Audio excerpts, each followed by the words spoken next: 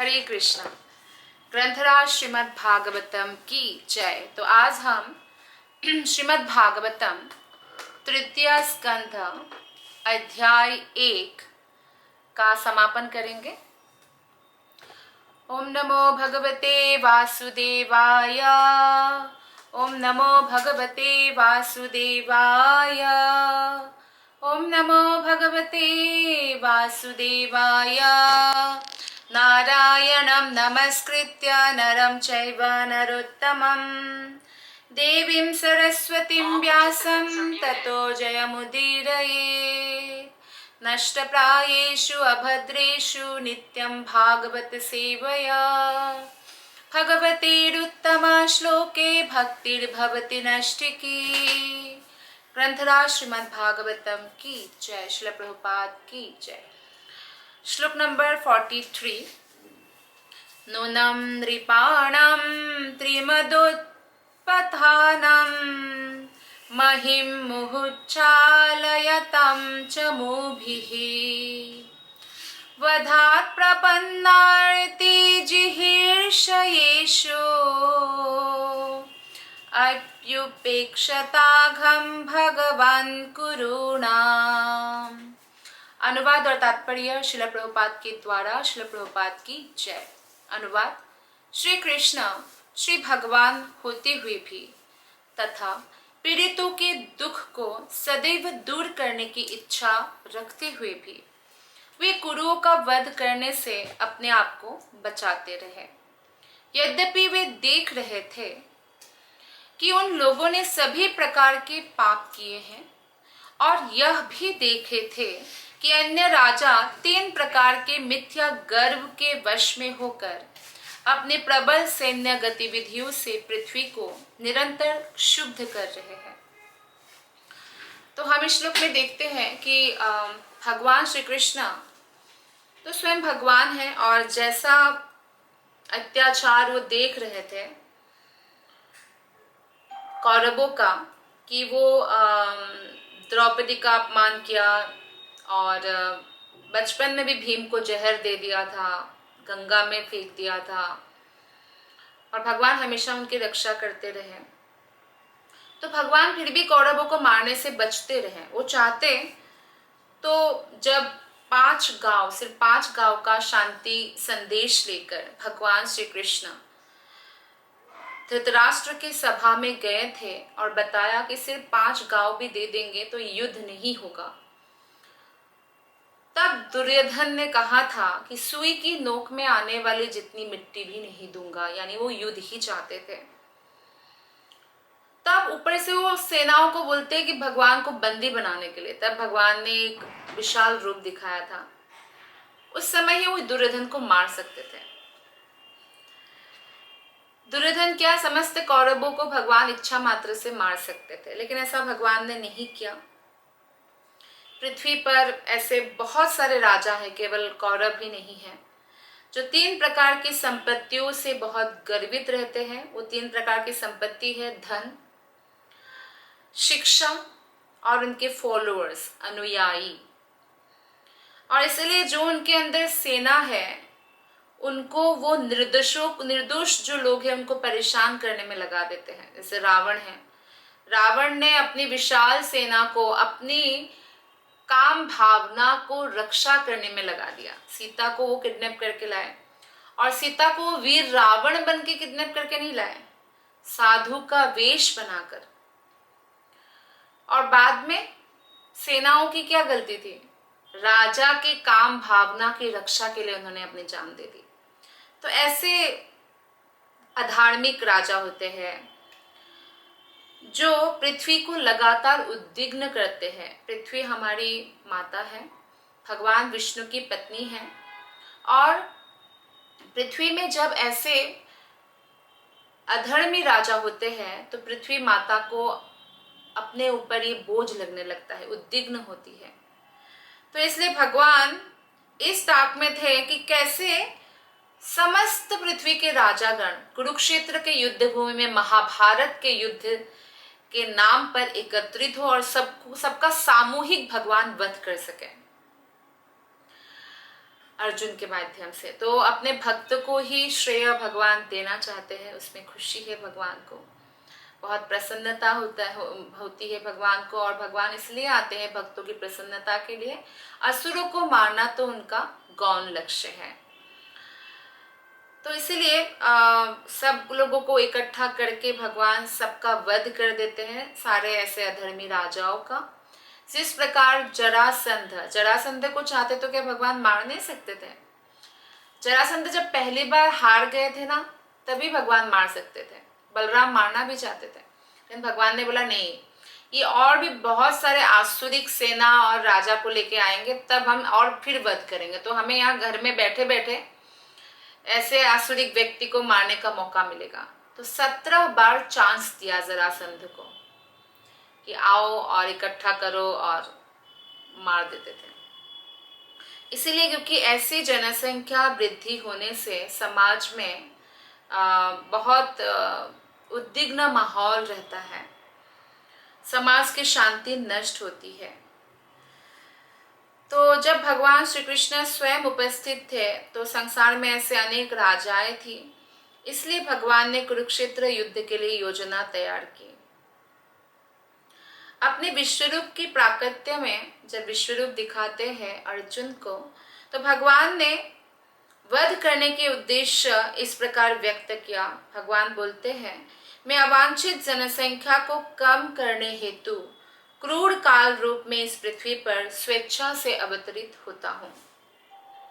और ये भी बोलते हैं अर्जुन को कि तुम मारने वाले नहीं हो, मार तो मैं चुका हूँ, और कोई तुम्हारे मना करने से रुकने वाला नहीं है। द्रोण, भीष्म, जयद्रथ, कर्ण, ये जो महान योद्धाएं हैं, वो मेरे द्वारा पहले ही मारे जा चुके हैं। तुम चिंता मत करो, अर्जुन को कहते हैं, तुम युद्ध करो और महान योद्धा के रूप में विख्यात बनो। करने वाला कौन है? कृष्ण। नाम किसका हो रहा है? भक्त का।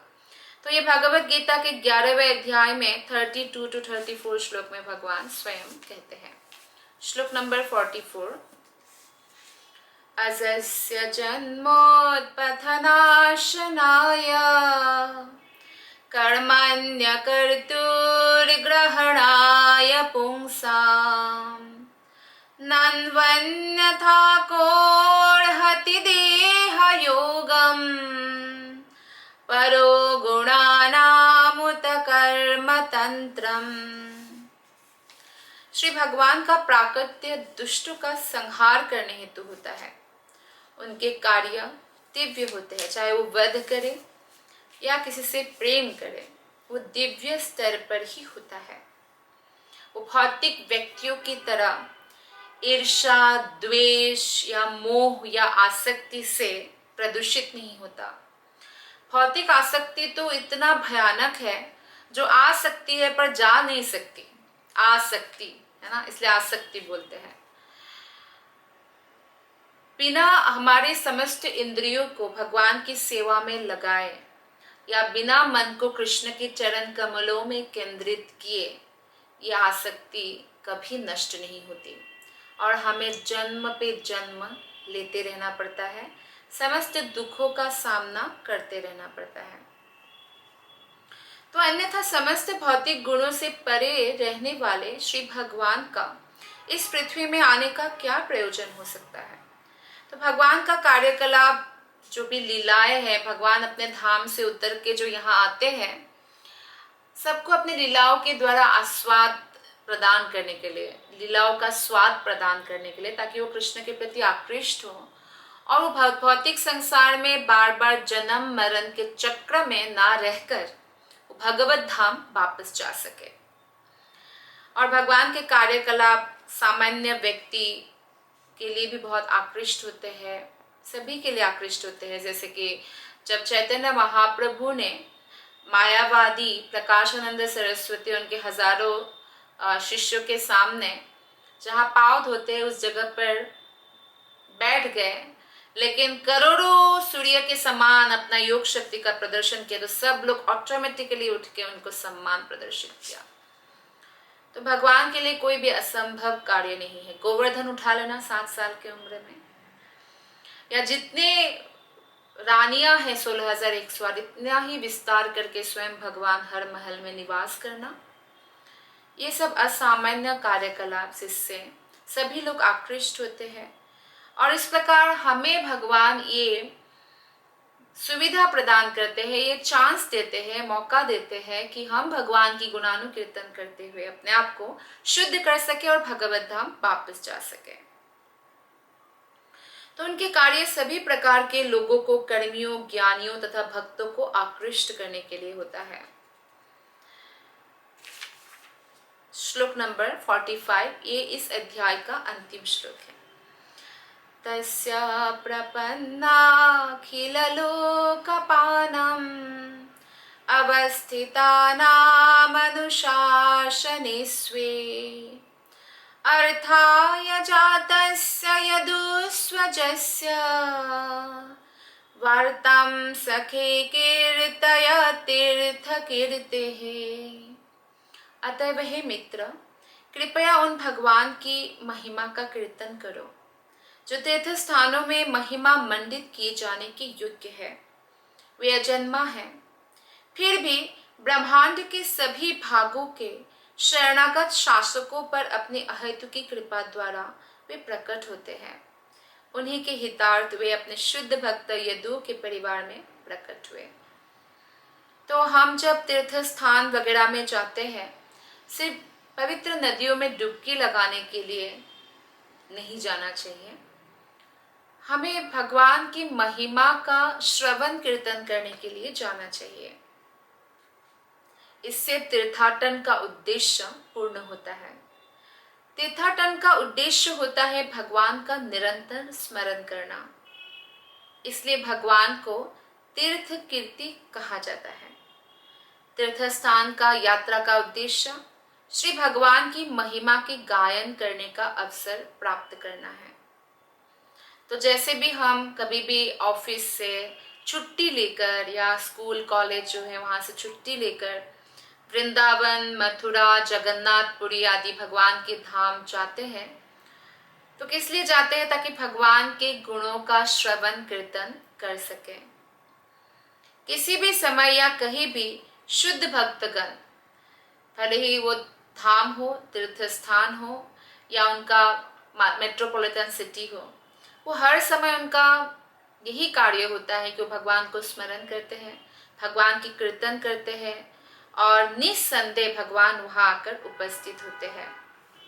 श्री भगवान ने स्वयं कहा है कि जहां उनके शुद्ध भक्त उनके महिमा कीर्तन करते हैं, भगवान वहां सदैव निवास करते हैं। तो हम भगवान की गुणानुकीर्तन जहाँ करते हैं, जैसे कि जिस घर में भगवान की गुणानुकीर्तन होता रहता है, वो घर परम पवित्र रहता है, उसका वातावरण और वहाँ का वाइब्रेशन, वहाँ पे रहने वाले व्यक्ति, चाहे कोई प्राणी हो, कॉकरोच हो, चींटी हो, चाहे चूहा हो, सबको लाभ होता है, या कोई तरु तृण ही क्यों ना हो।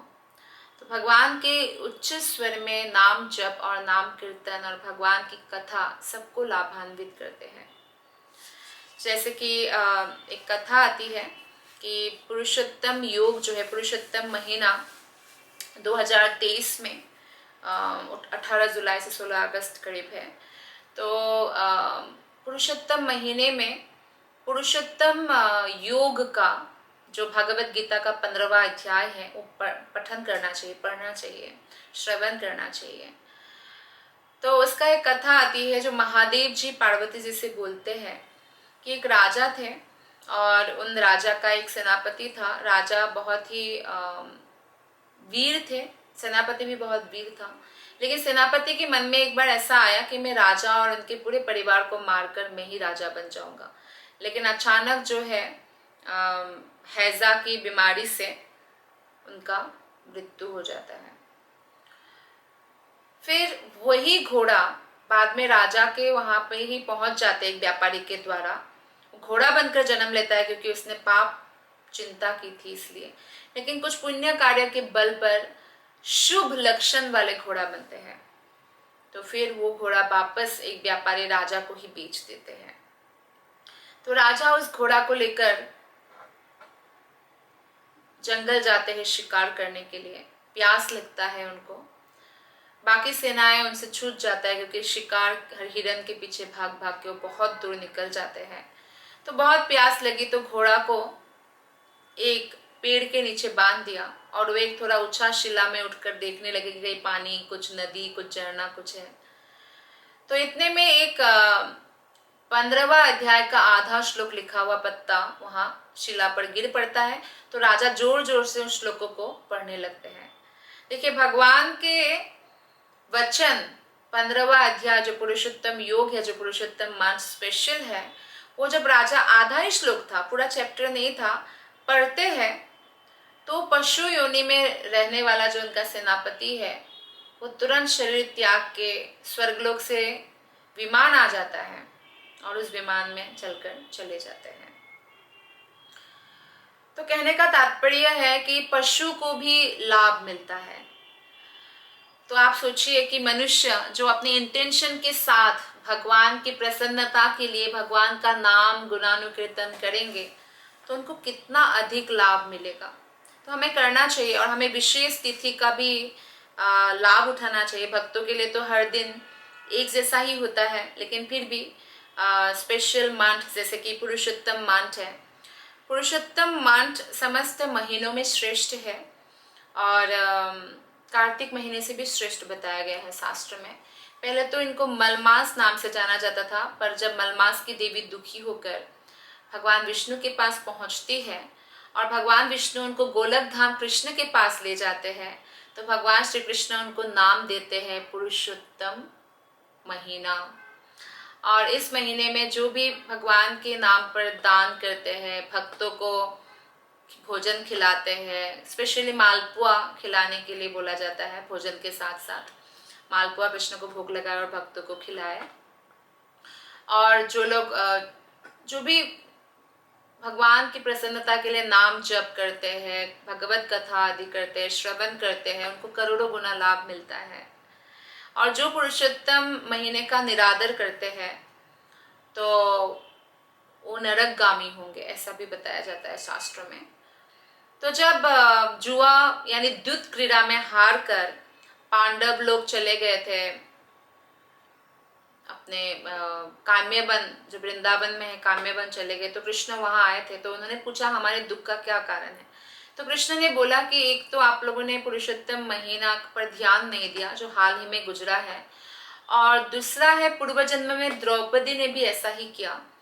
जब उनके पिता का देहांत हुआ था मेधावी ब्राह्मण का, तो दुर्वासा मुनि ने आकर उनको कहा था कि पुरुषोत्तम महीने तीसरे मंथ में पुरुषोत्तम महीना है, तो आप उसका पालन करो, उसमें भगवान के पूजा अर्चना दान आदि करिए आप। लेकिन द्रौपदी ने कहा कि आप ऐसा कैसे कह सकते कि कार्तिक से भी श्रेष्ठ है, वैशाख माघ आदि महीनों से श्रेष्ठ है, पुरुषोत्तम महीना तो मलमास है। तो इस तरह से निराधार और निंदा किया, और जिस कारण से द्रौपदी को इतना बड़ा अपमान भी सहन करना पड़ा। कृष्ण कहते हैं कि इसीलिए दुशासन, क्योंकि पुरुषोत्तम महीना मतलब भगवान का महीना, इसलिए दुशासन उनका साड़ी खींचते हैं, हालांकि भगवान रक्षा करते हैं द्रौपदी का। तो कहने का तात्पर्य है कि हमें निरादर नहीं करना है, अनादर नहीं करना है, और ऐसे भी हमें किसी का भी निरादर अनादर नहीं करना चाहिए। जो हम जिसको भी जितना अनादर करेंगे वो हम नेचर ही है, ये वापस हम तक ही वापस आता है। तो कोई भले ही हमारा अनादर करे निरादर करे, लेकिन वैष्णवों का यही प्रिंसिपल है कि हम सबका आदर करें, सम्मान करें, ये जानकर कि भगवान का अंश है और भगवान इनमें भी निवास करते हैं। तो इस तरह से ये विदुर द्वारा पूछे गए प्रश्न शीर्षक श्रीमद् भागवत के तृतीय स्कंद के अंतर्गत प्रथम अध्याय के भक्ति वेदांत तात्पर्य पूर्ण हुए। आप सबका बहुत बहुत धन्यवाद। हरे कृष्णा।